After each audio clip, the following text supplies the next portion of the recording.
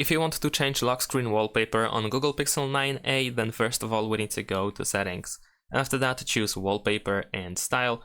You can also make sure that lock screen over here is selected, although it doesn't really matter that much in this case. If you scroll down, we have some example wallpapers that we can immediately try to set up. So if you have something over here, then you can try to switch, as you can see here. But you can also go to more wallpapers in order to choose something else, something different. So let's say I'm gonna choose like living universe, and let's say I want this wallpaper over here. So now I can select it, and in this case, as you can see, we have the preview of the lock screen and home screen. In this case, I need to also download the wallpaper, so I'm gonna download it first. So if you cannot save it or anything like that, make sure that you actually download it first.